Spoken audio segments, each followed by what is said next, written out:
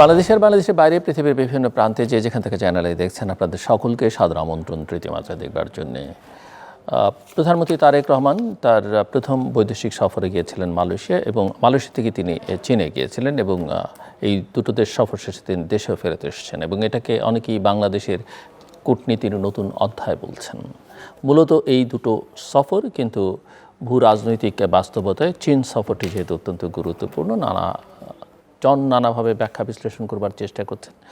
মূলত চীন সফর নিয়ে আমরা আলোচনা করব। অবশ্যই মালয়েশিয়া এই আলোচনার মধ্যে থাকবে। অবশ্যই যেসব দেশে তিনি যাননি এবং ভবিষ্যতে যাবেন বা যাবার নাও যেতে পারেন সেসব দেশের প্রসঙ্গ এই আলোচনা আসবে ভূ রাজনৈতিক, ভূ অর্থনৈতিক, ভূ নিরাপত্তার বাস্তবতায়। আলোচনা করবার জন্য আমার সঙ্গে স্টুডিওতে রয়েছেন, আমার বায়ে বসা আছেন প্রাক্তন কূটনীতিক অ্যাম্বাসাডার কামরুল হাসান। তিনি সর্বশেষ রাশিয়াতে বাংলাদেশের রাষ্ট্রদূত হিসেবে দায়িত্ব পালন করেছেন। এর আগে তিনি কানাডাতে, সিঙ্গাপুরেও বাংলাদেশের রাষ্ট্রদূত হিসেবে দায়িত্ব পালন করেছেন। আমার ডানে রয়েছেন পারভেজ করিম আব্বাসী। পারভেজ ইস্ট ওয়েস্ট ইউনিভার্সিটিতে অর্থনীতির শিক্ষক, ভূ রাজনীতি তার কাজের বিষয় এবং তিনি centre for governance studies CGSN এর বাহিনী পরিচালক। স্বাগত আপনাদের দুজনকে তৃতীয় মাত্রায়। অ্যাম্বাসাডার কামরুল হাসান, একটু প্রথমেই আপনার কাছ থেকে একটু শুনে নিতে চাই যে প্রধানমন্ত্রী সাম্প্রতিক মালয়েশিয়া এবং চীন সফরকে অনেকেই বাংলাদেশের পররাষ্ট্রনীতির একটা গুরুত্বপূর্ণ মাইল ফলক বলছেন। আপনি কিভাবে দেখছেন? পারভেজের কাছে ওই প্রশ্নটাই আমার থাকবে, ছোট্ট জাস্ট সূচনা বক্তব্য হিসেবে যদি একটু বলেন। আপনি যদি মনে করেন যে এটা সরকারের লুকিস্ট পলিসির একটা অংশ, যে তিনি মালয়েশিয়া এবং চীন দিয়ে সেই লুকিস্ট পলিসির সূচনা করলেন, তো এটা কিন্তু আসলে নতুন না। 2001-এ যখন বিএনপি সরকার ক্ষমতায় আসে তখন আমার পরিষ্কার খেয়াল আছে, আমাদের তখন মন্ত্রী ছিলেন মোর্শেদ খান সাহেব, বললেন যে আমাদের এখন প্রধান ফোকাস হলো লুকিস্ট পলিসি এবং এটাই হবে আমাদের পররাষ্ট্রনীতির একটা বড় নির্ণায়ক। তো সেই সময় বিবেচনাটা ছিল এরকম যে আসিয়ানের সাথে আমাদের সম্পর্কটা প্রগাঢ় করা, জাপান আমাদের প্রধান ডেভেলপমেন্ট পার্টনার, চীনের সাথে আমাদের একটা ঐতিহাসিক সম্পর্ক আছে। তো সব মিলিয়ে মানে বিএনপির সবসময়ই তো একটা ফোকাস ছিল ইস্ট এশিয়া এবং সাউথ ইস্ট এশিয়া সেন্ট্রিক, এটা কোনো নতুন বিষয় না। আর চীনের সাথে বিএনপির সম্পর্ক সবসময় গভীর ছিল। মাঝে 2003-এর একটা ঘটনার কারণে সম্পর্কে একটা ছন্দপতন হয় এবং বলা যায় যে দীর্ঘদিন ধরে মানে বিএনপি রাজনৈতিক দলের সাথে চীন সরকারের একটা অস্বস্তিকর সম্পর্ক ছিল। আমার মনে হয় এইবারের সফরের মধ্য দিয়ে সেই শীতল সম্পর্কটা বিএনপি বোধহয় অথবা বিএনপি সরকার কাটিয়ে উঠতে সক্ষম হয়েছে এবং দল হিসেবে বিএনপি এবং চীনা কমিউনিস্ট পার্টির মধ্যে একটা সমঝোতা স্মারক, এইটা খুব নতুন। আমি কিন্তু আগে এরকম শুনিনি, বাংলাদেশের কোনো পার্টির সাথে তারা এত এর আগে করেইনি। তবে চীনের লোকজন ঢাকাকে চিনে, সেই আপনাদের মানে আপনার নিশ্চয় খেয়াল আছে, বইতে পড়েছেন, আমিও তো বইতে পড়েছি। সেটা হলো যে পাকিস্তানের সাথে যে চীনের যে আজকের যে সম্পর্কের সূচনা, সেই সূচনা কিন্তু পূর্ব পাকিস্তানি প্রধানমন্ত্রীদের হাতে। মোহাম্মদ আলী বগুড়া বান্দুং কনফারেন্সে যান, সেই বান্দুং কনফারেন্সে চৌ এন লাইয়ের সাথে পাকিস্তানের প্রধানমন্ত্রীর মানে গভীর যে সম্পর্ক বিল্ড আপ হয়, সেটাকে আরও পাকাপোক্ত করলেন হোসেন শহীদ সোহরাওয়ার্দী। তিনি চৌ এন লাইকে ঢাকাতে সংবর্ধনা দিলেন এবং একটা সময় ছিল যে মানে চীনের সাথে সাংঘাইয়ের সাথে ঢাকার কিন্তু নিয়মিত বিমান যোগাযোগ ব্যবস্থা ছিল। তখন চায়নার কিন্তু অনেক দেশে প্লেনের ল্যান্ডিং রাইট ছিল না, তারা ঢাকাকেই ব্যবহার করতো আপনার ট্রানজিট পয়েন্ট হিসেবে। তো এইগুলির কারণে মানে চায়নার মানে নীতি নির্ধারকদের দৃষ্টিতে বাংলাদেশ সবসময় ছিল এবং সেটা আরও আপনার স্পষ্টীকরণ হয় আমাদের প্রয়াত রাষ্ট্রপতি জেনারেল জিয়াউর রহমান সাহেব যখন প্রধান সামরিক আইন প্রশাসক হিসেবে চীনে সফর করেন। সেই সময় কিন্তু তাকে সরকার প্রধানের মতো যে ধরনের প্রটোকল সেটা দেওয়া হয় এবং তাদের আলোচনার যে বিষয়বস্তু, সেইখানে দেখা যায় যে চীনের স্টেট প্রিমিয়ার আমাদের সরকার বা আমাদের সেনাবাহিনী প্রধান আর অথবা আপনি চিফ মার্শাল অ্যাডমিনিস্ট্রেটর যেই বলেন, জিয়াউর রহমান সাহেবকে কিন্তু তিনি পূর্ণাঙ্গ সহযোগিতার আশ্বাস দেন। এই যে এখন এবার দেখলাম যে আবার এই ঘোষণাপত্রে এসছে, সেটা হলো যে বাংলাদেশের আঞ্চলিক অখণ্ডতার প্রতি চীনের অব্যাহত সমর্থন থাকবে। এই ফ্রেজটা এতদিন পরে কেন ব্যবহার হলো সেটা কিন্তু আমার কাছে এক ধরনের মানে আমি একটু লিটল বিট কনফিউজড আর কি। হ্যাঁ, বাট চীনের যে জিয়া রহমান সাহেবের সফরের সময় কিন্তু এই জিনিসটা কিন্তু মানে এসেছিল। আর আলোচনাতে আমরা দেখলাম যে তিনি সব পর্যায়ের যেটা মানে আপনার যে কোনো মানে গুরুত্বপূর্ণ সফরে যাওয়া হয়, তিনি স্টেট প্রিমিয়ারের সাথে ফর্মাল মিটিং করলেন, প্রেসিডেন্টের সাথে মিট করলেন এবং সিপিসির প্রধানের সাথেও তিনি মিট করলেন। তো আমার মনে হয় যে মানে ইন ওয়ান সেন্স যে এক্সট্রিমলি হাই লেভেলের আমি আসবো আবার আপনার কাছে। পারভেজ, আপনার কাছে একই প্রশ্ন সূচনা বক্তব্য হিসেবে ইন ডিটেইল আমরা একটু পরে আলোচনায় যাব, প্লিজ। নতুন সরকার, গণতান্ত্রিকভাবে নির্বাচিত সরকার প্রধান হিসেবে জনাব তারেক রহমানের যে প্রথম যে বৈদেশিক সফর, এবং এই সফরে এখানে প্রথম ধাপ ছিল হচ্ছে মালয়েশিয়া, দ্বিতীয় ধাপ ছিল হচ্ছে চীন। আমার প্রথম অবজারভেশন হচ্ছে যে আপনি যদি দেখেন উনি যখন সফরগুলো প্রথম রাষ্ট্রীয় সফর শেষ করে আসলে তখন পার্লামেন্টে সংসদে কিন্তু ওনাকে ভোট অফ থ্যাঙ্কস দেওয়া হয়েছে, এবং এর মধ্যে বিরোধী দলও কিন্তু আমি দেখলাম যতদূর আমার মনে পড়ে তারাও কিন্তু এখানে হচ্ছে ইতিবাচক কথা বলেছে। এখন এটা কিন্তু একটা বেশ মজার একটা বিষয় যে যে দুটো রাষ্ট্রে উনি সফর করতে গেছেন সেখানে কিন্তু জামাত এবং এনসিপির নেতৃবৃন্দর কিন্তু যথেষ্ট উষ্ণ সম্পর্ক আছে। মালয়েশিয়ার কিন্তু আনোয়ার ইব্রাহিম কিন্তু আমরা জানি যে পলিটিক্যাল ইসলাম, ওনার ওখানে হচ্ছে যে ওনার আইডিওলজি আছে, এবং জামাতের নেতৃবৃন্দর সাথেও কিন্তু ওনার এক ধরনের এখানে হচ্ছে একটা উষ্ণ সম্পর্ক আছে, থাকতেই পারে। তো মালয়েশিয়া ভিজিটে এবং হচ্ছে মুসলিম প্রধান দেশ, এবং মালয়েশিয়াতে উনি হচ্ছে যে বাংলাদেশের রাজনীতির ব্যাপারে আনোয়ার ইব্রাহিম যথেষ্ট ওয়াকিবহাল বা আগ্রহ রাখেন। তো একদিকে এখানে দেখলাম যে প্রথমবার দেখলাম যে গভর্নমেন্ট এবং অপোজিশনের মধ্যে এক ধরনের কনসেনসাস, এবং দ্বিতীয় এই 2024-এর এই শেখ হাসিনা সরকারের পতনের পর আমরা দেখলাম যে চীন যেহেতু ওদের সাথে আমাদের বর্ডার নেই, এবং যেহেতু চীনের হচ্ছে পররাষ্ট্রনীতি অত্যন্ত ফ্লেক্সিবল, আমরা কিন্তু দেখেছি যে চীন থেকে বেইজিং থেকে আপনার বিএনপি বলেন, জামায়াতে ইসলামী বলেন, তখন এনসিপি হয় না, এনসিপি যে বলে ছাত্র সমন্বয়কদের তাদেরকে কিন্তু ক্রমাগত কিন্তু হচ্ছে বেইজিংয়ে নিয়ে গিয়ে এনগেজমেন্ট হয়েছে। তো চীনের আমি বলবো পররাষ্ট্রনীতি অত্যন্ত এখানে ম্যাচিওর, এবং ওরা যে একটা সেকেন্ড লার্জেস্ট ইকোনমি হিসেবে আসছে বা ইউএসএকে একটা অ্যাগ্রেসিভলি, এবং ওরা হচ্ছে এক্সপেন্সিভ একটা পাওয়ার। আপনি দেখুন এখানে আমরা কত কিছুর ব্যাপারে কিন্তু দেখেন এখানে ছোট ছোট বিষয়ে কিন্তু দেখি যে সরকার এবং বিরোধী দলের মধ্যে মতানৈক্য আছে। মালয়েশিয়া এবং তার চেয়ে বেশি চীনের একটা এখানে সফরের ব্যাপারে এটা কিন্তু দেখবেন যে হচ্ছে more or less uniform consensus আছে যে এটা একটা ভালো দিক হয়েছে। কিন্তু এখন আমাদের প্রশ্ন হচ্ছে 2015 থেকে 16-র কথা আমার মনে পড়ে, আমরা বর্তমান নিয়ে থাকি, অতীত নিয়ে আমরা ভুলে যেতে চাই। তখন শেখ হাসিনা সরকারের আমলে, এবং তখন দামি নির্বাচন শুরু হয়ে গেছে, দামি নির্বাচন এবং দামি দামি কথাবার্তা। তখনও কিন্তু যখন প্রেসিডেন্ট শি জিনপিংয়ে যখন সফর হলো তখন আমি দেখলাম অনেক লোক ব্যক্তিগতভাবে যাদেরকে চিনি যারা শেখ হাসিনাকে একদম দু চোখে দেখতে পারে না, কিন্তু তাদের মধ্যে কিন্তু এক ধরনের আনন্দ এবং উচ্ছ্বাস চলে আসছিলো যে ঠিক আছে এবার চীন আসছে, এইটা ওরা কিন্তু ভারতকে ফ্যাক্টর করবে। তো এখন চীনের সাথে আমাদের নিশ্চয়ই আমাদের বিনিয়োগের এখানে অনেক বড় একটা সম্পর্ক আছে। আমাদের সবচেয়ে বড় হচ্ছে আমদানি সূত্র হচ্ছে চীন, আমাদের হচ্ছে প্রায় 13% হচ্ছে যে আমাদের বৈদেশিক ঋণ চীনের কাছ থেকে পাওয়া, এবং আমাদের এই অর্থনীতি অচল অবস্থা আমাদেরকে সেখানে যদি আমরা ইকোনমিক মোমেন্টাম আনতে চাই, চীনের এখানে সহযোগিতার দরকার আছে। এবং অবশ্যই বলতে হবে যে আমাদের আর্ম ফোর্সেস যে রিক্রুট এখানে যে আমরা ওয়েপন্স নিই, এটা সিপ্রি অনুযায়ী, এখানে মানুষ বলবে যে কোথা থেকে মন গড়া কথা বলছে, Stockholm international piece research institute SIPRI থেকে কিন্তু বলে যে প্রায় 70% উপর কিন্তু আর্ম সোর্স করা হতো হচ্ছে এখানে যে চায়না থেকে। তো চীনের সাথে সম্পর্ক আমাদের অনেক গভীর, কিন্তু সামনে এখন চলে আসছে হচ্ছে ভারত ফ্যাক্টর, যেটা চিরকালই আমাদের বাংলাদেশের সকল রাজনৈতিক দলের মধ্যে একটা আছে যে ভারতকে ব্যালেন্স করার জন্য আমাকে অন্য একজন এক্সটার্নাল অ্যাক্টর আনতে হবে। এবং এখন তো আমরা হচ্ছে এই ডক্টর ইউনূসের সরকারের আমলে আমরা কিন্তু যুক্তরাষ্ট্রের বলয়ে প্রত্যক্ষ এবং পরোক্ষভাবে ঢুকেই গেছি। এখন যুক্তরাষ্ট্রের কাছ থেকে কী রিয়াকশনটা হবে এটা হচ্ছে দেখার বিষয়। জি, অ্যাম্বাসাডর কামরুল, আপনি ইঙ্গিত করছিলেন এবং সেই ইঙ্গিতের সূত্র ধরেই প্রশ্নটা যে বাংলাদেশ এবং চীনের সম্পর্ক এখন তাদের ভাষায়, জয়েন্ট স্টেটমেন্টের ভাষায়, যে কম্প্রিহেন্সিভ স্ট্র্যাটেজিক কোঅপারেটিভ পার্টনারশিপে উন্নীত হয়েছে। বাস্তবে এই পরিবর্তনের অর্থটা কি?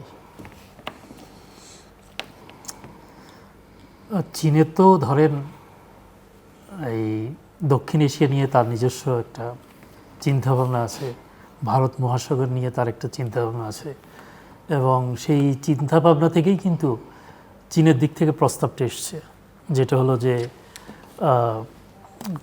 ঢাকা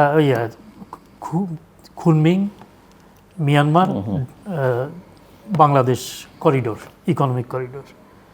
তো এটা আসলে ঠিক একেবারে নতুন কোনো কিছু না। এর আগে তো ধরেন ওই যে China, India, Bangladesh, Myanmar, Thailand এবং খুনমিংকে মিলিয়ে এক ধরনের করিডোরের কথা আগেও আলোচনা হয়েছিল, এবং সেটা পরে বেল্ট অ্যান্ড রোড ইনিশিয়েটিভের বিষয়টা সামনে আসার পরে ভারত এটা থেকে সরে যায়। তো ওইটা তো একটা দিক আছে, এবং বাংলাদেশের দিক থেকে তো এখন পর্যন্ত আনুষ্ঠানিকভাবে শুনেছে, কিন্তু আনুষ্ঠানিকভাবে কোনো প্রতিক্রিয়া দেয়নি। তো সেটা আমাদের দেখতে হবে। আরেকটা প্রস্তাব, এটাও চীনের থেকে সম্ভবত এসেছে, সেটা হলো যে আপনার 2+2, যে পররাষ্ট্রমন্ত্রী এবং প্রতিরক্ষামন্ত্রী সমন্বয়ে ওই চীন থেকে তাদের পররাষ্ট্র প্রতিরক্ষা থাকবে, বাংলাদেশ থেকে আমাদের পররাষ্ট্র প্রতিরক্ষা থাকবে, যে ধরনের একটা অ্যারেঞ্জমেন্ট ভারতের সাথে যুক্তরাষ্ট্রে রয়েছে। তো সব কিছু দেখে মনে হয় যে সেটা হলো যে চীন বাংলাদেশের সাথে এক ধরনের স্ট্র্যাটেজিক একটা অ্যারেঞ্জমেন্টে যেতে যাচ্ছে। হ্যাঁ, তো এখন এইটা নিয়ে মানে এটা তো মাত্র মানে আইডিয়াটা ফ্লোট হলো। এখন আমাদের দেখতে হবে যে এখানে ভারতের প্রতিক্রিয়া কী, এখানে যুক্তরাষ্ট্রের প্রতিক্রিয়া কী। ভারত তো সবসময় মানে আমরা যে কোনো প্রকল্প নিলে সেখানে তারা চীনকে দেখে, মানে চীন ফোবিয়া তাদের মধ্যে এত প্রকট। হ্যাঁ, যদিও মানে চীনের সাথে ভারতের ব্যবসার কিন্তু কোনো কমতি নেই। আমাদের সাথে চীনের ব্যবসা হলো $24 বিলিয়ন, তার মধ্যে চীন রপ্তানি করে $23 বিলিয়ন। ভারত কিন্তু ভারতের সাথে চীনের ব্যবসার ভলিউম হলো প্রায় $157 বিলিয়ন। হ্যাঁ, এর মধ্যে চীন রপ্তানি করে $113 বিলিয়ন। তো কিন্তু বাংলাদেশে অথবা ভারতের প্রতিবেশী কোনো দেশে চীনের যদি ব্যবসায়িক প্রেজেন্স, সামরিক প্রেজেন্স তো পাকিস্তান ছাড়া আসলে কোথাও নাই। অস্ত্র বিক্রি করা সেটা অন্য জিনিস, কিন্তু সরাসরি যে ফিজিক্যাল প্রেজেন্স সেটাও পাকিস্তানও সরাসরি, এটা বাট লিমিটেড স্কেলে। তো মূলত ব্যবসায়িক ব্যাপার, এবং চাইনিজরা যেটা বেল্ট অ্যান্ড রোড ইনিশিয়েটিভ অথবা তারা যেটা দ্বিপাক্ষিক কাঠামোর মধ্যে যে আর্থিক সহায়তা যেটা দেওয়া, প্রকল্প সহায়তা সেটা দিচ্ছে, সেটা নিয়েই তো ভারতের প্রতিক্রিয়ার কোনো শেষ নেই। তো তারপরে এই যে আমরা সর্বশেষ যুক্তরাষ্ট্রের সাথে যেই রেসিপ্রোকাল ট্রেড অ্যাগ্রিমেন্ট যেটা করলাম, সেখানে তো এমন কিছু ধারা আছে, তাতে মানে চীনের দিক থেকে যে দুইটা প্রস্তাব এসছে সেই প্রস্তাবের সাথে সাংঘর্ষিক হয়ে যায়। জি, পারভেজ, এই যে কম্প্রিহেন্সিভ স্ট্র্যাটেজিক কোঅপারেটিভ পার্টনারশিপ, এটা কি শুধুই ডিপ্লোম্যাটিক ওয়ার্ড, নাকি এটা ভবিষ্যতের অর্থনীতি, প্রযুক্তি, নিরাপত্তা, সহযোগিতার একটা ভিত্তি? পুরোটাই। কেন আমরা পুরোটাই আমি বলবো যে চীনের যেখানে এটা আছে, যদি আমি দেখুন, আমি লিস্টে দেখছিলাম, আপনি যখন ওখানে অ্যাম্বাসেডর কামরুলের সাথে কথা বলছিলেন, যে প্রশ্নটা করলেন, আমাদের পররাষ্ট্রমন্ত্রীর বক্তব্য থেকে উঠিয়ে আনছি আমি উদ্ধৃতিটা, যে চীন এশিয়াতে সবার সাথে স্ট্র্যাটেজিক কম্প্রিহেন্সিভ পার্টনারশিপ করে না, মাত্র কয়েকটি দেশের সাথে করেছে। 1 Thailand, 2 Sri Lanka, 3 Cambodia, 4 Pakistan, 5 Indonesia, 6 নম্বর হচ্ছে বাংলাদেশ। তো পররাষ্ট্রমন্ত্রী যখন বলছেন, উনি পড়াশোনা করেই জেনে শুনে বলছেন, তো নির্ভুল তথ্য। এখন দেখুন, এই সব দেশে অবশ্যই চীন বিনিয়োগ করছে বড়, এবং এখানে সম্ভাবনা অর্থনীতি আছে, চীন সবসময় ব্যবসা বাণিজ্যকে প্রাধান্য দেয়। তো there is also deeper kind of thinking. কেননা 2027 সালে প্রেসিডেন্ট শি জিনপিং পুরো চীনকে কিন্তু এক ধরনের একটা একতা উনি সৃষ্টি করেছে, যে তাইওয়ান যেটা আছে, তারা বলে যে লস্ট প্রভিন্স বা রেনেগেড প্রভিন্স, ব্রেকঅ্যাওয়ে প্রভিন্স, তাদেরকে সাথে ওরা হচ্ছে রিইউনিফিকেশন করবে, আবার হচ্ছে মেইনল্যান্ড চায়নার সাথে একত্রীকরণ করবে। এবং এটার জন্য আমরা দেখেছি যে যারা একনায়কতন্ত্র, তার মানে এইভাবেই বলা যাবে। আপনি রাশিয়ার প্রেসিডেন্ট ভ্লাদিমির পুতিনকে বলেন বা সেই অর্থে আপনি প্রেসিডেন্ট শি জিনপিংকে বলেন, তাদের কথাকে সবাই মনে করে স্টান্টবাজি। এটা স্টান্টবাজি না, এটা কিন্তু এটা টেলিগ্রাফিং অফ ইন্টেন্ট। ঠিক যেমন ইউক্রেনকে বারবার ওরা সতর্ক করেছিল রাশিয়া, যে ইউরোপিয়ান ইউনিয়নের সাথে যদি তোমরা যোগদান করো বা নেটোতে যোগদান করার চেষ্টা করো, আমরা কিন্তু সামরিক অভিযান করবো। প্রেসিডেন্ট পুতিন কিন্তু করে ফেলে, শি জিনপিংও কিন্তু এভাবে মেসেজটা টেলিগ্রাফ করছেন, মেন্টাল একটা এখানে একটা টেনশন ক্রিয়েট করার জন্য বা একটা সাইকোলজিক্যাল প্রেশার করার জন্য। কিন্তু চীনের লাইফ লাইন যেটা আছে, সেই যে মালাক্কা স্ট্রিট, যে আপনার মালয়েশিয়া সিঙ্গাপুর এখান দিয়ে যায়, খুব সংকীর্ণ একটা জায়গা, যেখানে 70% হচ্ছে চীনে যত ম্যারিটাইম কার্গো যায়, ওটা কিন্তু যে কোনো সময় যুক্তরাষ্ট্র কিন্তু বন্ধ করে দিতে পারে, কেন ওদের ওখানে প্যাসিফিক ফ্লিট আছে। তার জন্য চীন কিন্তু অল্টারনেট রাউট খুঁজে বেড়াচ্ছে। এর জন্য কিন্তু দেখবেন শ্রীলঙ্কাতে রাজাপাকসেতে, এখানে কলম্বোতে ডিপসি পোর্ট, হাম্বানটোটা, এগুলো এই পোর্টগুলো সব এখানে ডেভেলপ করলো। ঠিক তার সাথে সাথে আপনি পাকিস্তানে দেখেন গোয়াদার পোর্টটা সৃষ্টি করলো, কেন হচ্ছে যে এখন আপনার ম্যারিটাইম এখানে এই চোক পয়েন্ট থেকে সরে যাওয়ার জন্য। ক্যাম্বোডিয়াতে সেই রকম হচ্ছে ডিপসি পোর্ট ওরা করেছে। থাইল্যান্ডে ওরা একটা ল্যান্ড বর্ডার কানেক্টিভিটি করছে ইউনানের সাথে, ওই দিক দিয়ে এখানে নিয়ে যাবে, বা কাচিন স্ট্রিট দিয়ে ওই দিকে যাবে, পোর্টও ওরা ব্যবহার করতে যাচ্ছে। ইন্দোনেশিয়া তো ওই রকমই, ইন্দোনেশিয়ার সাথে যথেষ্ট 10% ইন্দোনেশিয়ার জনসংখ্যা হচ্ছে চীন বংশোদ্ভূত, তো ওখানে হচ্ছে ওদের প্রভাব আছে। ঠিক তেমনি বাংলাদেশে এবার দেখেন যেগুলো কথা হচ্ছে, আমরা চেয়েছি যে মংলা পোর্টের মডার্নাইজেশন, এবং এটা তো জানা কথা যে শেখ হাসিনা সরকারের আমলে যখন উনি এখানে বিআরআই এখানে সদস্যপদ নিলেন, তখন কিন্তু চীন কিন্তু এখানে মংলা এবং হচ্ছে তার সাথে সাথে হচ্ছে আমাদের এই মাতারবাড়ি এখানে, ওখানে কিন্তু দুটোই যেখানে চেয়েছিল এখানে আর পায়রা তো এখানে আছে। তো তখন কিন্তু ভারত সোনাদিয়া এখানে ভারত এবং যুক্তরাষ্ট্রের চাপটা কিন্তু ছিল। এবং দেখুন এই যে যেখানে চিটাগং ডিপসি পোর্টটা এখানে যদি এখানে করা যায়, বা যে মংলা যদি করা যায়, এটা হচ্ছে আপনার পশ্চিমবঙ্গে এখানে কলকাতা এবং হলদিয়া পোর্টের জাস্ট উল্টা দিকে।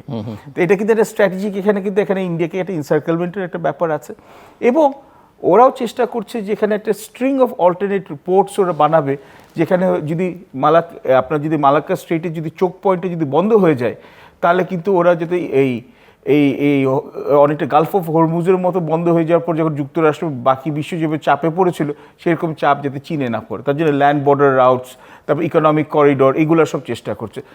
ওই প্রজেক্টের এক্সপ্যানশন অনুযায়ী ওরা কিন্তু আমার কাছে মনে হচ্ছে স্ট্র্যাটেজিক এখানে পার্টনারশিপের প্রথম এখানে ধাপটা এখানে শুরু হলো। তো জিওপলিটিক্যাল চেস বোর্ডে কিন্তু আমরা অনেক আগেই ঢুকে গেছিলাম, এবং শেখ হাসিনার সরকার বলেন, ডক্টর ইউনূসের সরকার বলেন, বা হচ্ছে এখন মাননীয় প্রধানমন্ত্রী জনাব তারেক রহমানের সরকারের সাথে চীনের সাথে ইন্টারঅ্যাক্ট না করে কোনো উপায় নাই, কিন্তু চীনের স্বার্থ এখানে আছে এক। এবং দুই, যদি আপনি এখানে দেখেন, এখানে ওরা আমাদেরকে কিসের দিকে নিয়ে, আমাদের এখানে কী কী অফার দিয়েছে। আমরা অনেক বছর ধরে ওরা চেয়েছে গ্লোবাল ডেভেলপমেন্ট ইনিশিয়েটিভে যোগদান করতে। On paper it sounds very nice, কেন যে ইউএনের এখানে যে সাস্টেনেবল ডেভেলপমেন্ট গোলস, ওটারই একটা ইনিশিয়েটিভ। তো আমি বলছি যে দারিদ্র বিমোচন হবে, আমি বলছি বিনিয়োগ হবে, আমি বলছি হচ্ছে আপনার যে প্রযুক্তি এখানে হচ্ছে ট্রান্সফার হবে, আমি বলছি কর্মসংস্থান হবে, নবায়নযোগ্য এখানে জ্বালানি বা রিনিউয়েবল এনার্জি হবে, গ্রিন মাইনিং হবে, সবই ভালো কথা। কিন্তু চীন কিন্তু তার ডেভেলপমেন্ট ফাইন্যান্সিং এটা একটা কম্পোনেন্ট, এর সাথে আরও দুটো আছে, global civilisational initiative, global security initiative, এবং এই তিনটাকে বলা হয় বিআরআই সফট কম্পোনেন্ট। যুক্তরাষ্ট্রের থেকে পৃথক একটা আলাদা এখানে হচ্ছে একটা ওরা ওয়ার্ল্ড অর্ডার ওরা চেষ্টা করছে, এবং এইটার ব্যাপারে, এবং তার সাথে সাথে আমাদেরকে এটাও বলা হয়েছে, এটা যে আমরা দেখলাম যেখানে কথা উঠেছে যে পান্ডা বন্ডে এখানে ইনলিস্টেড হচ্ছে, যে বাংলাদেশি কোম্পানি যদি চীনা মার্কেটে এখানে রেজিস্টার্ড হয়, ওখান থেকে অর্থায়ন করতে পারো, কিন্তু ইউয়ানে করতে হবে। ইউয়ানে আর বলেছে যে ক্রস বর্ডার এখানে ইউয়ান ট্রানজ্যাকশন বেশি করতে হবে। এবং আমরা যে বড় বড় কোম্পানির কাছ থেকে আমরা চাইছি বিনিয়োগ হবে, যেমন বিওয়াইডি সবচেয়ে বড় হচ্ছে কার মেকার, 54% গ্লোবাল মার্কেট, বা হচ্ছে বাইডু, যে আপনার এখানে হচ্ছে যে বড় এখানে ইঞ্জিন প্ল্যাটফর্ম, ইন্টারনেট প্ল্যাটফর্ম। 3, আপনার আলিবাবা, যেখানে এত বড়, যেখানে হচ্ছে অ্যামাজনের ইকুইভ্যালেন্ট বা চেয়েও বড়। তো এর সবগুলো কোম্পানির উপর কিন্তু সাম্প্রতিককালে পেন্টাগনের কিন্তু এখানে নিষেধাজ্ঞা লেগেছে, যে ওরা বলছে যে এখান থেকে নাকি হচ্ছে যুক্তরাষ্ট্রের যে সেন্সিটিভ টেকনোলজি এখানে ইম্প্যাক্ট হতে পারে। যুক্তরাষ্ট্রের সাথে যে আমি বেশ কয়েকটা প্রোগ্রামে বলেছি, আমাদের অ্যাগ্রিমেন্ট অন রেসিপ্রোকাল ট্রেডেই লেখা আছে আর্টিকেল 4.3-তে, যে নন মার্কেট কান্ট্রি, তার মানে হচ্ছে চীনকে ধরা হয়, এদের সাথে যদি কোনো সিগনেটারি যদি কোনো ধরনের অ্যাগ্রিমেন্টে যায় যুক্তরাষ্ট্রের পারমিশন ছাড়া, তো আপনি ইউএসটিআর আপনি এখানে ওয়েবসাইটে পাবেন, ইউএস ট্রেড রিপ্রেজেন্টেটিভ ওয়েবসাইটে, তাহলে কিন্তু স্ন্যাপব্যাক ট্যারিফ হবে। স্ন্যাপব্যাক ট্যারিফটা কি, আগে ছিল হচ্ছে 37%, নেমে আসে 19%, আবার 37% চলে যাবে।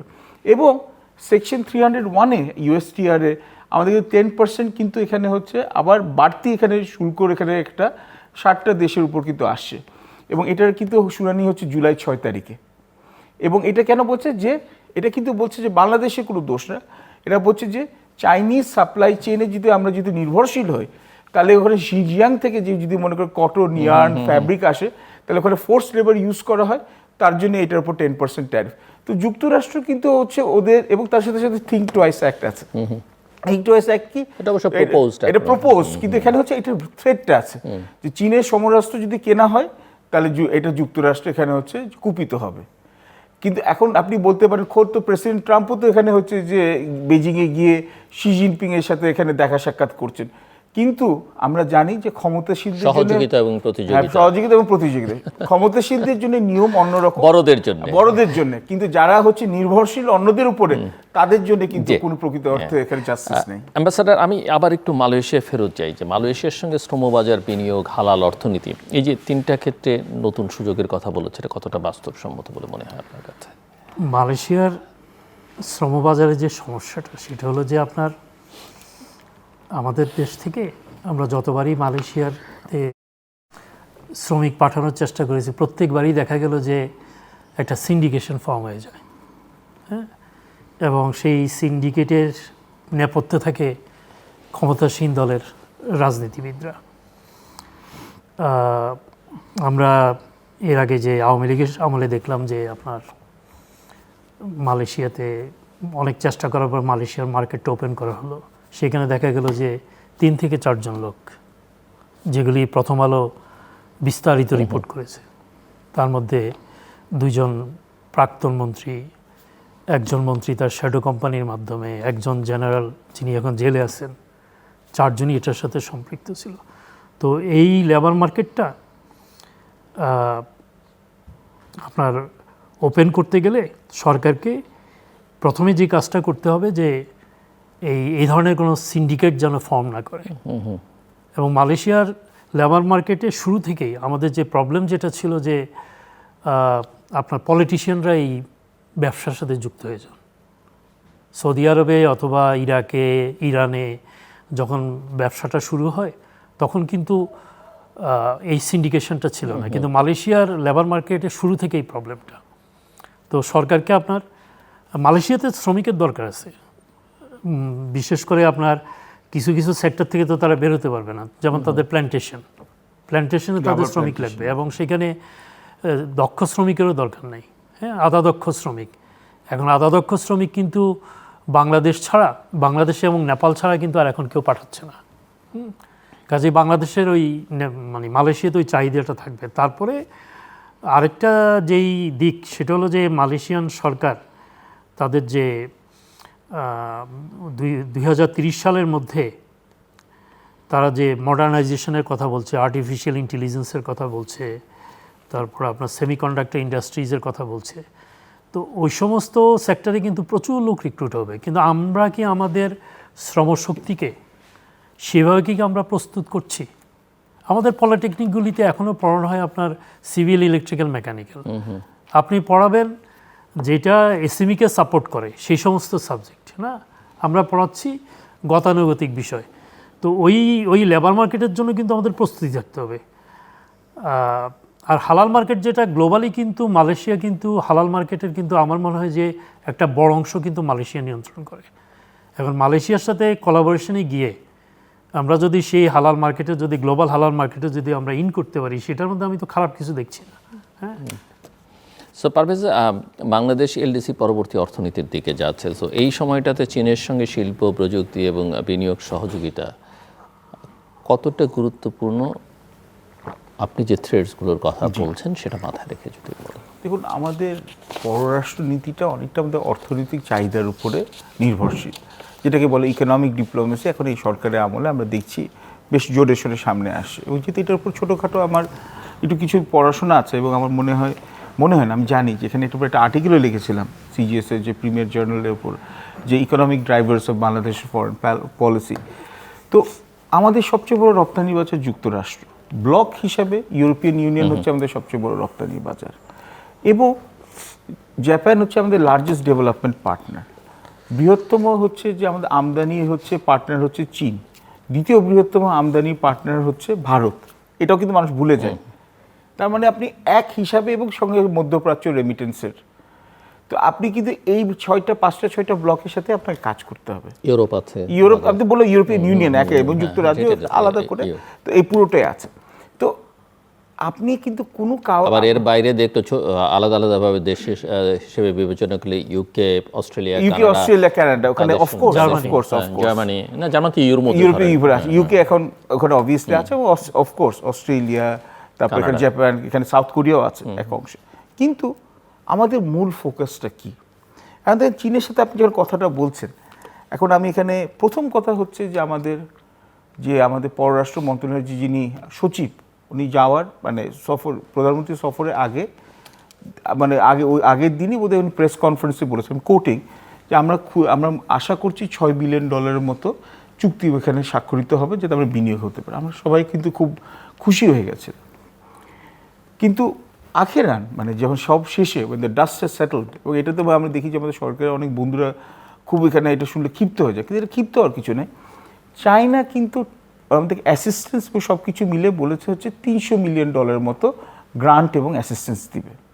খারাপ কিছু না, এবং আমি বলবো টাকার চেয়েও বেশি ছাপিয়ে হয়েছে যে চায়নার কর্তা, আমি বলবো যেখানে প্রেসিডেন্ট শি জিনপিংয়ের সাথে আমাদের বাংলাদেশের সরকার প্রধানের একটা র্যাপো হয়েছে, একটা ফেস টু ফেস এনগেজমেন্ট হয়েছে, এবং এটা হচ্ছে পজিটিভ স্পিন।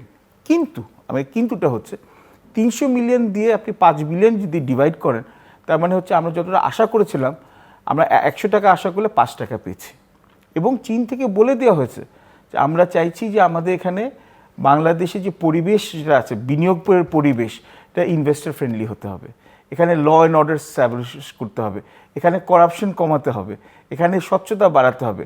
এবং এই বছর আমরা বললাম যে আপনাকে মংলাতে দিয়ে দিলাম কমানোর কথা, যখন তারা বলে তখন তারা যেন কাউকে করাপ্ট না। এক্স্যাক্টলি। এখন এটাতে, এবং চীনা প্রজেক্টে আমি আপনাকে ওইটাতেও আমি আসছি তো, এবং তার সাথে সাথে বলেছে এখন তোমরা আমাকে মংলা দিচ্ছ, আবার 1 বছর পর ভারতের চাপে বা যুক্তরাষ্ট্রের চাপে আবার প্রজেক্টটা সরে যেতে পারে, ওদের ট্র্যাক রেকর্ড তো আছে। এবং 2, চীন কমিট করে অনেক, ডিসবার্স করে কম। 2015 থেকে 2016-তে এবং উইথড্র করতে তাদের কোনো একদমই না। 2015 থেকে অক্টোবর 2016-তে 2টা সফর হয়েছিল। শেখ হাসিনা গেছিলেন বেজিংয়ে, আবার শি জিনপিংও আসছিলেন। তখন কিন্তু 20 থেকে $24 বিলিয়ন MOU কিন্তু সাইন করা হয়েছিল। কিন্তু তারপর শেষ পর্যন্ত 13টা প্রজেক্টে কিন্তু চুক্তি স্বাক্ষরিত হয়েছিল। এটা হচ্ছে $8.89 বিলিয়ন। $24 বিলিয়ন হচ্ছে প্রথমে MOU, সবাই খুশি হয়ে গেলাম। তারপর হয়ে গেল ধরেন $9 বিলিয়ন মতো চুক্তি, এবং এরপর থেকে অ্যাকচুয়াল ডিসবার্সমেন্ট কত হয়েছে, এটা হচ্ছে $5.59 বিলিয়ন। সো আপনি যদি দেখেন MOU-তে কমিটমেন্ট যদি ধরেন, মাত্র 25% হচ্ছে যে চায়না রিটার্ন দিয়েছে, আর টোটাল কমিটমেন্টে যেটা আছে তার মাত্র 62% রিটার্ন দিয়েছে। তার মানে চীন কিন্তু, এবং এটাও ঠিক, চীন কিন্তু শুধু আমাদের এখানে বিনিয়োগ করবে না, প্রত্যেকটা দেশেই এরকম শুধু বিনিয়োগ করবে না, চীনও চাইবে যে তার সামরিক বলয়ে বাংলাদেশ থাকবে। এবং একমতে আপনি বলতে পারেন কেন পাকিস্তানের special case, it's an outlier. So পাকিস্তানের সাথে আমরা বারবার তুলনা করে লাভ নেই, কারণ পাকিস্তানের ভূ রাজনৈতিক অবস্থান এমন যে মধ্যপ্রাচ্য, দক্ষিণ এশিয়া এবং হচ্ছে আপনার সেন্ট্রাল এশিয়ার এমন একটা অদ্ভুত একটা কনফ্লুয়েন্সে আছে। এবং যেহেতু পাকিস্তানের প্রত্যক্ষভাবে পরোক্ষভাবে আর্মড ফোর্সেস আসে, তো তারা কিন্তু অনেক কিছু ডিল করতে পারে যেটা একটা ইলেক্টেড গভর্নমেন্ট করতে পারে না। ইমরান খান তো এখনও জেলে। এখন আপনি যদি এইভাবে চিন্তা করেন, আমাদের কিন্তু এটা চিন্তা রাখতে হবে যে চীন কিন্তু আমাদেরকে যদি 2 টাকা দেয়, ওরা কিন্তু 10 টাকা আশা করবে। এটাই কিন্তু চাইনিজ পলিসি, এবং ওরা কিন্তু কোনো ট্রান্সপারেন্সি আছে। হালে চীনের এই ফরেন পলিসি দেখে কিন্তু যুক্তরাষ্ট্র ইনফ্লুয়েন্স হয়েছে। এখন দেখবে ডোনাল্ড ট্রাম্পের যে ট্রানজ্যাকশনাল ডিপ্লোমেসি, এখন কিন্তু এটা almost influence by the Chinese.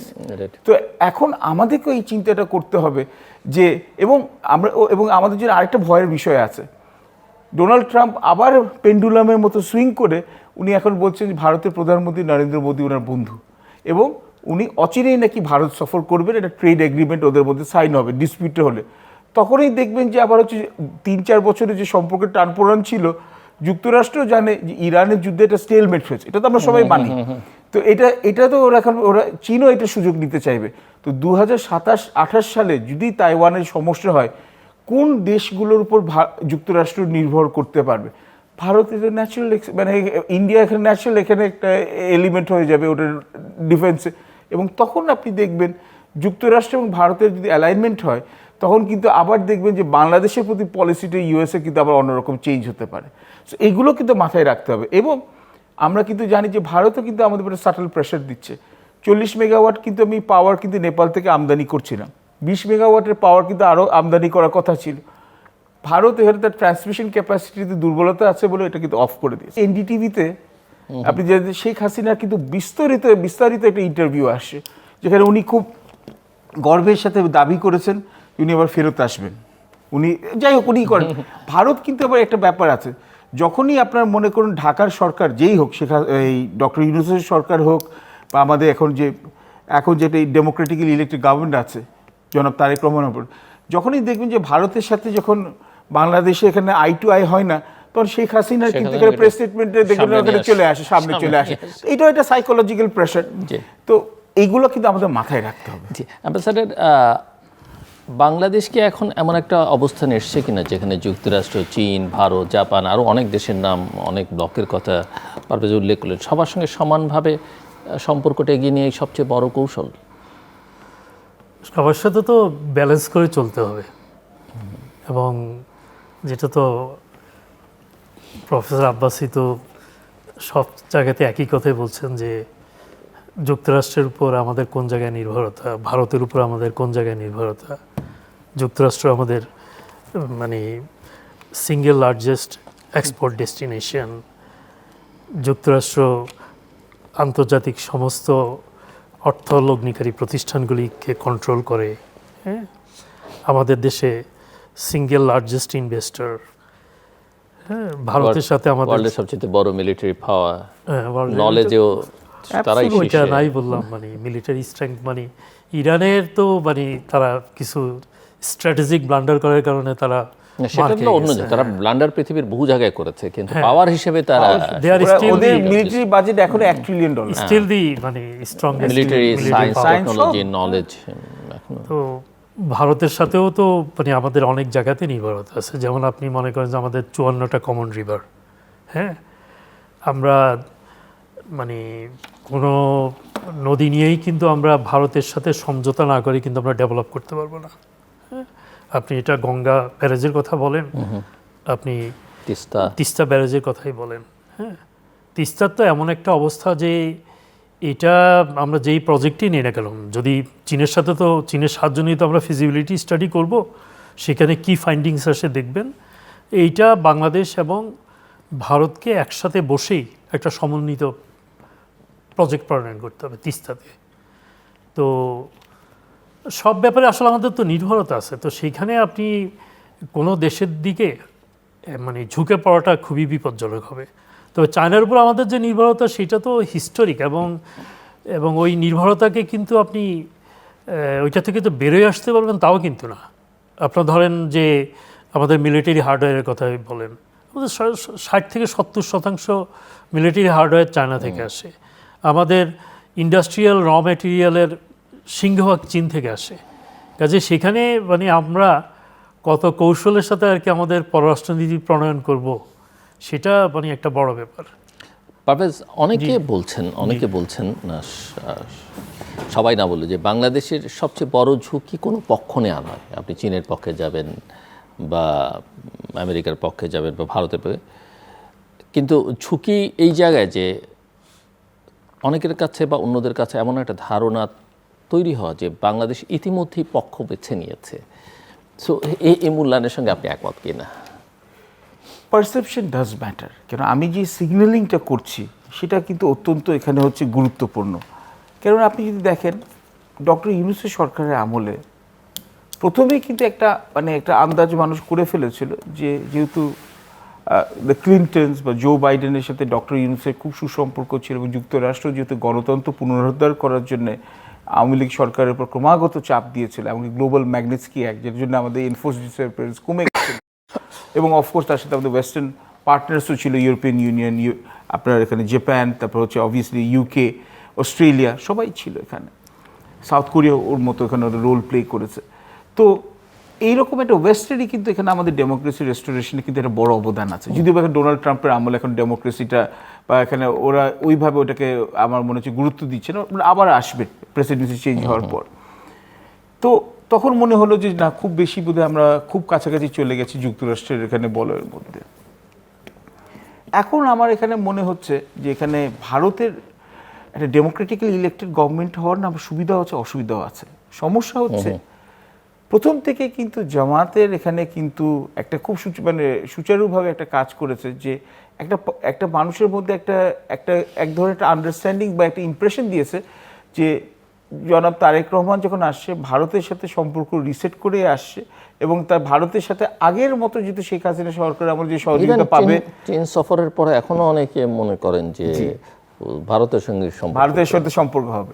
তো সুতরাং এটা কিন্তু এক ধরনের একটা নেগেটিভ পারসেপশন আছে। এবং আপনি দেখেছেন যে আমাদের যদি আপনি ইলেকট্রাল ম্যাপে দেখেন, আমাদের ইন্ডিয়ার বর্ডার এলাকাগুলোতে কিন্তু হচ্ছে আমরা এখানে হচ্ছে যে এখানে বিএনপি, এদিকে জামাত, ওইদিকে জামাত, কেন এখানে বর্ডার কিলিং ইত্যাদি দিয়েছে। 91 নির্বাচনে কিন্তু এটা হচ্ছে না, কিন্তু এবার ম্যাসিভ বড় আকারে হচ্ছে এবং অ্যান্টি ইন্ডিয়ান একটা সেন্টিমেন্ট কাজ করছে।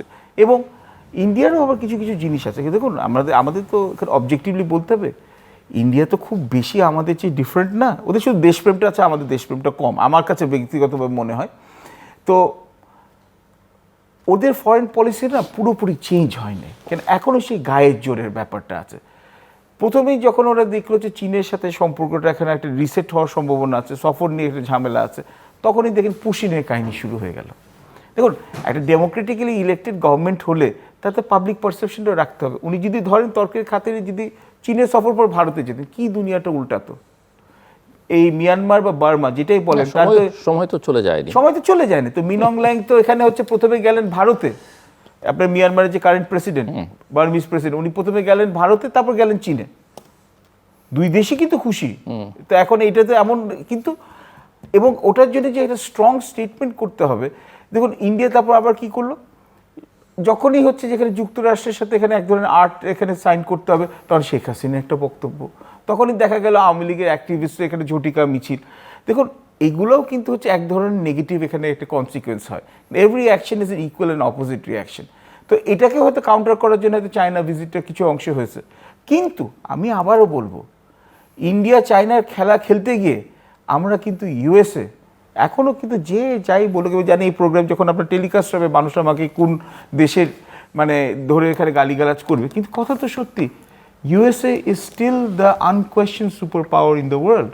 হ্যাঁ, China is the second largest এবং হচ্ছে ক্লোজ এখানে হচ্ছে কম্পিটিটর, এবং চায়নার মধ্যে আর আমেরিকার মধ্যে কোঅপারেশন কম্পিটিশন আছে। ভিয়েতনামও তো এখানে হচ্ছে চায়না এবং ইউএসএর মাঝখানে এটা ব্যালেন্স করছে, প্রত্যেকটি দেশই করছে। কিন্তু আমাদেরকে আমরা অবশ্যই চীনের মধ্যে এখানে রিজিনাল কম্প্রিহেনসিভ ইকোনমিক পার্টনারশিপে ঢুকতে চাই, সবচেয়ে লার্জেস্ট ফ্রি ট্রেড এগ্রিমেন্ট। কিন্তু আমাদের যে স্ট্যান্ডার্ডস ইমপ্রুভ করতে, ওটার জন্য লাগবে 10 বছর, 5 থেকে 10 বছর। কিন্তু এই যে সুযোগ সুবিধা নেওয়ার জন্যে আমাদেরকে খুব সতর্ক হতে হবে যে আমরা অলরেডি দাবারগুটি হয়ে গেছে, আমরা চাই না চাই এগুলো বলে লাভ নেই। কিন্তু আমাদেরকে করতে হবে যে আমরা যাতে এই নতুন কোল্ড ওয়ারের ব্যাটেল ফিল্ড যাতে এখানে না হয়, এটাতে কিন্তু পলিটিক্যাল কনসেনসাস হতে হবে। এবং আপনি বলবেন তাহলে কী রকম ফরেন পলিসি করব, আমি যদি সব ফরেন পলিসি সলিউশন বলে দিত, যারা এটার সাথে দায়িত্বপ্রাপ্ত আছে তারা কি করছে, তো তারা নিশ্চয়ই দেখছেন, তারা করবেন। অ্যাম্বাসেডর কামরুল, চীন মালয়েশিয়া এই ভিজিটের পরে কি দক্ষিণ এশিয়া এবং বঙ্গোপসাগরীয় অঞ্চলে বাংলাদেশের কৌশলগত গুরুত্ব সেটা কি বাড়ছে বলে মনে হয়, পারবে? এখন মানে চীনের প্রস্তাবগুলির সাথে বাংলাদেশ কিভাবে নিজকে সমন্বয় করে তার উপর অনেক কিছু ডিপেন্ড করবে। হ্যাঁ, যেমন এর আগে চীন বাংলাদেশকে সাবমেরিন দেয়, যেটা নিয়ে ভারতের তীব্র আপত্তি ছিল। হ্যাঁ, তারপর আমাদের বিমান বাহিনী তো গত 10 থেকে 15 বছর বিমান বাহিনীতে কিন্তু কোনো নতুন প্রকিউরমেন্ট হয়নি। আমাদের তো বিমান প্রকিউর করতে হবে। এবং আমরা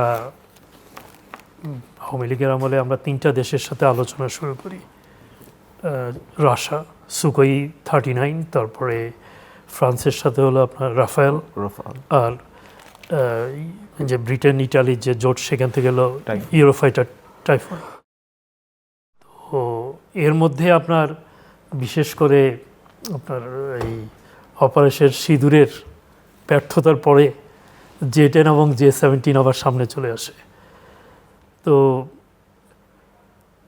ওই সমস্ত কারণে আমাদের তো ধরেন এয়ারফোর্সেও আমাদের মানে সংগঠিত করতে হবে আমাদের। আমরা যেমন আপনার এখন মডার্ন ওয়ারফেয়ারে যে অবস্থাটা দাঁড়িয়েছে সেটা হলো যে এখন তো আর কনভেনশনাল ওয়েতে যুদ্ধ হচ্ছে না। আমরা যদি বিশেষ করে পাকিস্তান ইন্ডিয়ার যে সর্বশেষ যুদ্ধ লিমিটেড স্কেলে, তারপরে ইরান সাথে যে যুক্তরাষ্ট্র এবং ইসরায়েলের যে যুদ্ধ, সেখানে তো যুদ্ধের চরিত্রই বদল হয়ে গেছে। তো আপনার এখন আমাদেরকে দেখা যাবে যে আমাদের আর্টিলারিকে স্ট্রং করতে হবে, আমাদের ড্রোন ডিপেন্ডেন্ট মানে সেনাবাহিনী সাজাতে হবে। তো এগুলি করতে গেলে তো ধরেন বাংলাদেশে যদি, এবং বাংলাদেশের তো এক ধরনের বাংলাদেশের ধরেন ইকোনমি যেভাবে সামনে আসছে, মানে ইট ইজ গ্রোয়িং, হ্যাঁ, এবং আমরা তো $500 ট্রিলিয়ন তো বোধহয় আগামী বছরের মধ্যে আমরা পৌঁছে যাব ইকোনমি সাইজ।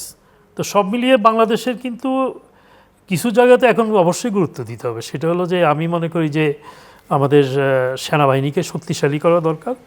কারণ আপনার যদি শক্তিশালী সেনাবাহিনী যদি আপনার না থাকে, আপনার ফরেন পলিসিতে আপনি কোনো সুবিধাজনক আপনি ডিভিডেন্ড পাবেন না। মানে আপনাকে আলোচনার টেবিলে আপনাকে গুরুত্ব দিবে আপনার ইকোনমিক স্ট্রেংথ কতটুকু, আপনার মিলিটারি স্ট্রেংথ কতটুকু। শুধুমাত্র আপনার মানে আপনি ইকোনমিক্যালি আপনি এগিয়ে গেলেন, আপনি মিলিটারিকে উপেক্ষা করলেন, তাতে কিন্তু হবে না। আমি সিঙ্গাপুরে ছিলাম, সিঙ্গাপুর ছোট দেশ, কিন্তু সিঙ্গাপুরের এয়ারফোর্সের যদি আপনি স্ট্রেংথ দেখেন, you will be just surprised. তাদের নেভির যদি স্ট্রেংথ দেখেন, you will be just surprised. তো বাংলাদেশ যদি মানে একটা রোল প্লে করতে থাকে, এবং সেই ডেফিনেটলি, এবং মিয়ানমারের, আমি ভারতের কনটেক্সট বাদ দিলাম, মিয়ানমারের কনটেক্সটেও কিন্তু আমাদের বিশেষ করে নেভি এবং আমাদের এয়ারফোর্সকে শক্তিশালী করতে হবে। অ্যাম্বাসাডারের কথা যে শেষ, তো যে কারণে মানে আমি মনে করি যে বিশেষ করে আমি মানে ইন্ডিয়ান ওশানের কনটেক্সটে না, বে অফ বেঙ্গলের কনটেক্সটে বাংলাদেশকে সিরিয়াসলি ভাবতে হবে এবং অন্যরা বাংলাদেশকে সিরিয়াসলি নেবে।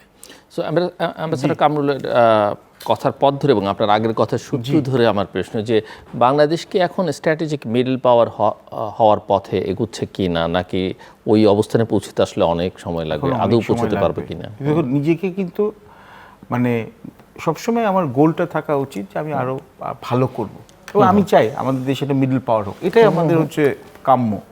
কিন্তু এত আমাদের অর্থনৈতিক মানে এখানে দুর্বলতা আছে, এত আমাদের নির্ভরশীলতা আছে বিদেশি প্রযুক্তির উপর, এত আমাদের দেশের রাজনৈতিক অনৈক্য আছে, এবং আমরা ধরি এক একটি রাজনৈতিক দল এক একটি বিদেশি এখানে রাষ্ট্রের সাথে হচ্ছে বিশেষভাবে অ্যালাইড। তো এইরকম একটা অবস্থা কিন্তু মিডল পাওয়ার হওয়ার কিন্তু থেকে বহু দূরে আছে। নিম্ন মধ্য আয়ের দেশ আমরা কিন্তু $3000, এবং হচ্ছে যে আপনার মিডল ইনকাম বলতে যেটাকে আমরা বলি সেটা হচ্ছে যে আপনার হচ্ছে $1600 উপর থেকে, ইফ আই রিমেম্বার কারেক্টলি, থেকে all the way to 13400 something. তো আমাদের কিন্তু এখন মিডল ইনকাম হতেও কিন্তু সময় আছে, অনেক সময়টা লাগবে। এবং আমাদের যত বৈদেশিক ঋণ বাড়ছে, এটা কিন্তু এবার কিন্তু বাজেটের প্রায় 40 থেকে 50% মতো বাজেট কিন্তু বিদেশি অর্থায়নে হবে। যেই দেশে যত বেশি আমাদেরকে ঋণ দিবে তাদের কিন্তু প্রভাব আমাদের উপর বেশি হবে।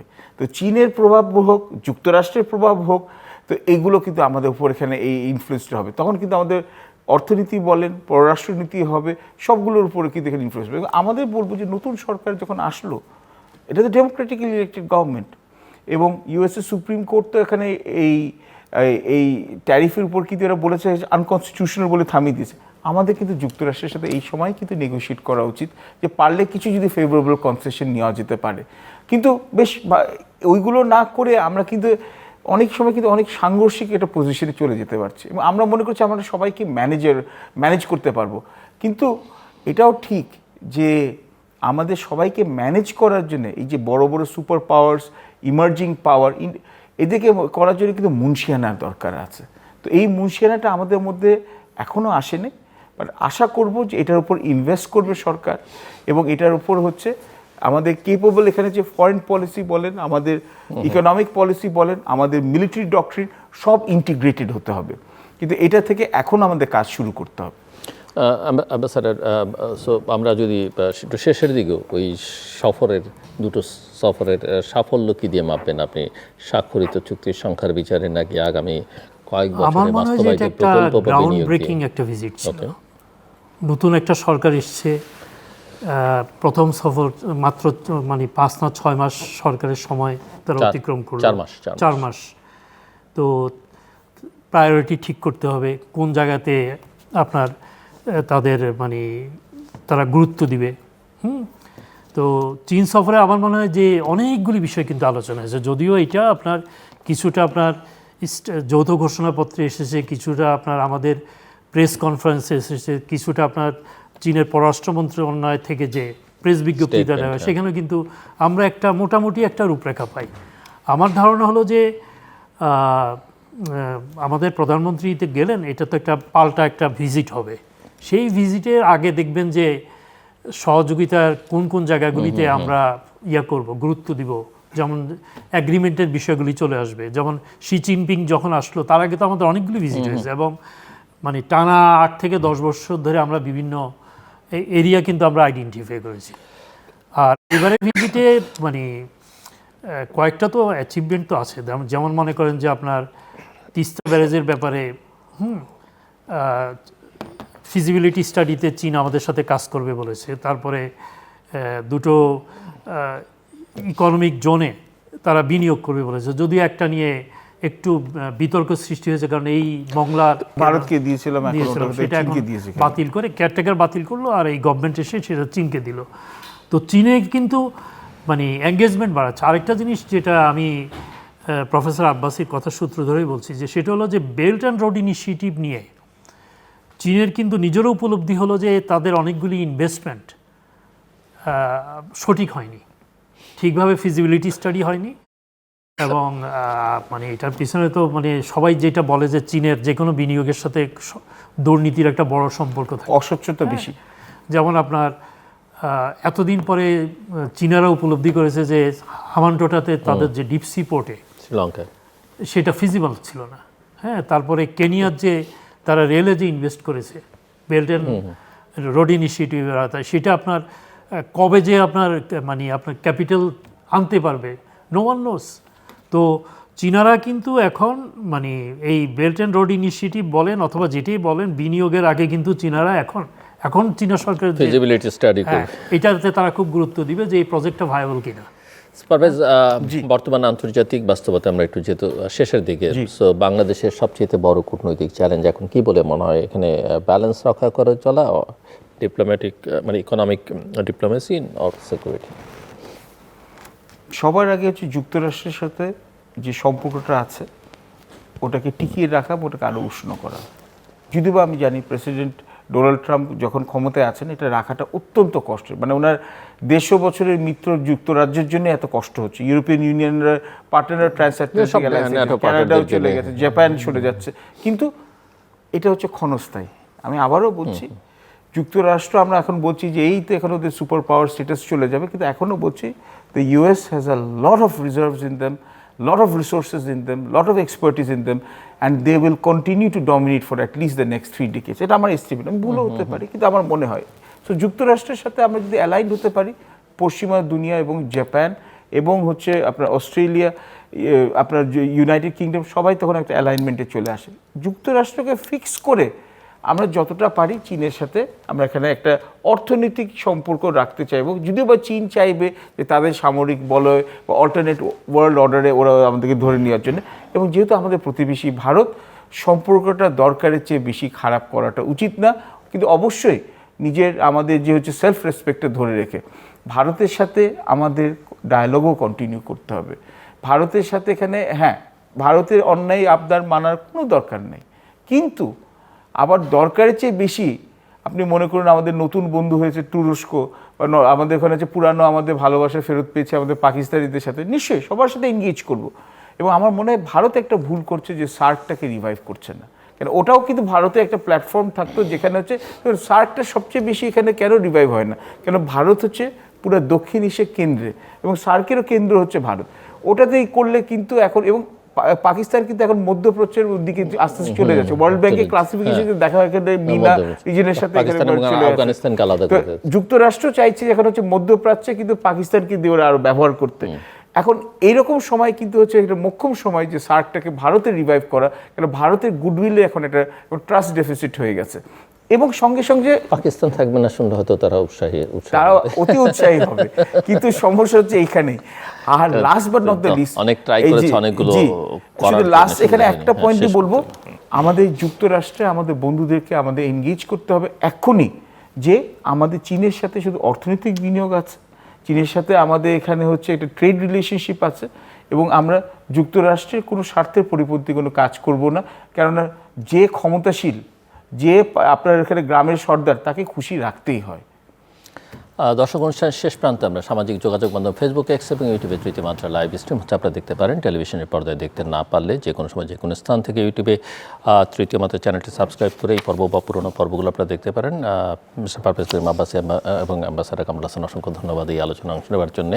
আমরা বাংলাদেশের বৈদেশিক সম্পর্ক নিয়ে কথা বলছিলাম এবং প্রধানমন্ত্রীর সাম্প্রতিক সফর বিষয়ে আলোচনা করতে গিয়ে, এবং বাংলাদেশ দীর্ঘদিন যাবৎ চেষ্টা করছে সবার সঙ্গে ভারসাম্য বজায় রেখে চলবার জন্যে। এই ভারসাম্য বজায় রাখাটা জরুরি বাংলাদেশের মতো দেশের জন্যে, কিন্তু সবসময় সেটা সম্ভব নাও হতে পারে। সম্প্রতি খেলা প্রসঙ্গে কথা বলতে গিয়ে মার্কিন রাষ্ট্রদূত বলেছেন যে যুক্তরাষ্ট্রের সঙ্গে বাজি ধরলে পস্তাতে হবে না। এটার যদি আপনি অন্যভাবে বিবেচনা করেন, রাজনৈতিকভাবে কূটনৈতিকভাবে, তার একটা অর্থ দাঁড়ায়। আমি তার কথাকে উড়িয়েও দিচ্ছি না, সমর্থনও করছি না, কিন্তু কথাটা আমি স্মরণ করিয়ে দিলাম। এবং এই জায়গায় প্রধানমন্ত্রীর চীন সফর শেষে যে একটা অনেকের মধ্যে ধারণা হয়েছে যে বাংলাদেশ আর ভারসাম্য না, বাংলাদেশ আসলে একটা পক্ষ বেছে নিয়েছে, এটা বাংলাদেশের জন্য বিপজ্জনক। আপনি চীনের পক্ষে বাজি নাও ধরতে পারেন, ধরতেও পারেন, যুক্তরাষ্ট্রের পক্ষে বাজি ধরতেও পারেন, নাও ধরতে পারেন, অন্য যে কোনো দেশের পক্ষে বাজি ধরতে পারেন, না ধরতে পারেন, তাদেরকে সমর্থনও করতে পারেন, কিন্তু একটা পক্ষ বেছে নিয়ে যদি এটা পারসেপশন দাঁড়ায়, সেটা বাংলাদেশের জন্য কিন্তু ভবিষ্যতে বিপজ্জনক হবে। এবং যদি বেছে নিতেই হয়, তাহলে আসলে বিবেচনায় নিতে হবে যে কোন পক্ষে ঢুকলে লস ড্যামেজ যেভাবে বলি না কেন সেটা কম হবে, ঝুঁকিটা কম থাকবে। বাংলাদেশ বোধহয় এই জায়গায় এই সিদ্ধান্তে এখনও সেই অর্থে উপনীত হয়নি রাষ্ট্রীয়ভাবে বা সরকারিভাবে।